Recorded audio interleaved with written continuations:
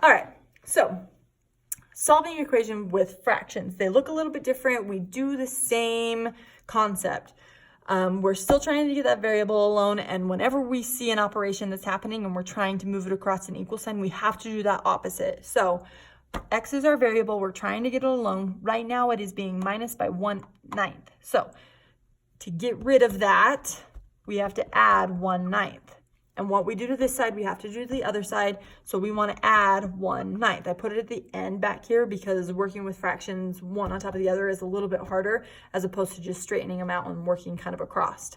So I know that that's gone because a negative number with a positive number of the same number will cancel itself out. Hopefully you followed that, sorry. And we just have x left on this side. Now, over here, you'll notice we have common denominators, which is nice because then we keep it. And we have a -4 plus 1. So I owe somebody $4. I give them $1 of payment. Now I only owe them 3. If that doesn't make sense to you, you can even do it on a number line. And you can say, I'm starting at -4. If ever I go positive, I am going to the right. I go +1, I end up at -3. That also works. Also, you could say, all right, 4 negatives, 1 positive. How many more negatives do I have? I have 3 more negatives. All of those work as far as thinking about positive and negative numbers. Okay, so I have my answer as a -3/9. I can see that this can simplify, so I do. I want to reduce it.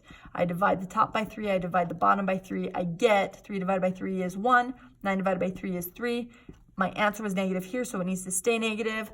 X is a -1/3. The next one we'll do is x minus 1/8 is equal to 9/16. So on this one, when we see our variable and we see what's happening to it, it's subtracting 1/8. So we want to add 1/8 to both sides. This one, we don't have common denominators. That's okay.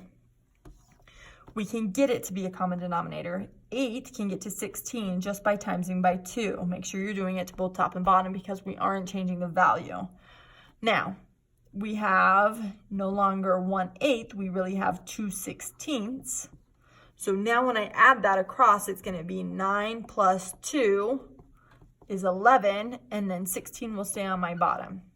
So really what I have is x is still on this side of the equal sign, and then I have 11/16 on this side. And it is positive, so we're good.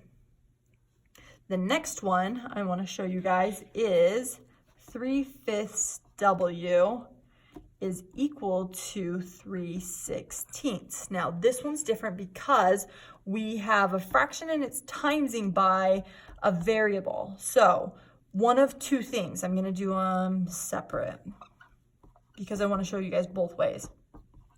So we can, because it's timesing, we can divide by 3/5. Make sure you put it at the end.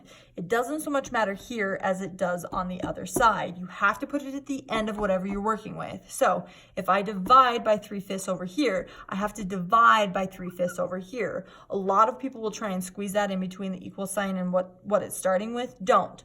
Always put it towards the end. If I'm going this way, put it towards the end this way, okay? Make sure it goes towards the end. Now, I can, because I just divided, copy, dot, and flip. So now it becomes 5/3, and I can reduce, dividing both of those by 3. I have 1 over here and 1 over here. 1 times 5 is 5. 16 times 1 is 16. My answer is 5/16. Now, over here, I want to show you guys multiplying by its reciprocal. So I can get rid of 3 over 5 by multiplying it by 5 over 3. What that does is it cancels the 5 out with a 5 on top and a 5 on bottom, and it cancels the 3 out with a 3 on top and a 3 on bottom. Realize this does not go to 0, it goes to 1. So you have 1W still. You guys see that? It's almost like you're skipping this copy dot flip step. So if we times this side by its reciprocal, then we have to times this side by this same number. You can't times it by this reciprocal or else it would go straight to 1, and that's not always the answer. You times it by what you did over here. So we times it by 5/3, so we'll times this by 5/3. At this point, you can see that you have a 3 on both top and bottom, so they'll cancel out going straight to 1. And then you have 5/16, which is what we have left. That's our answer. Either way it works, you're going to get to the same answer. It's just really what makes more sense to you. I'm going to have you do a couple of these to see how comfortable you are with them.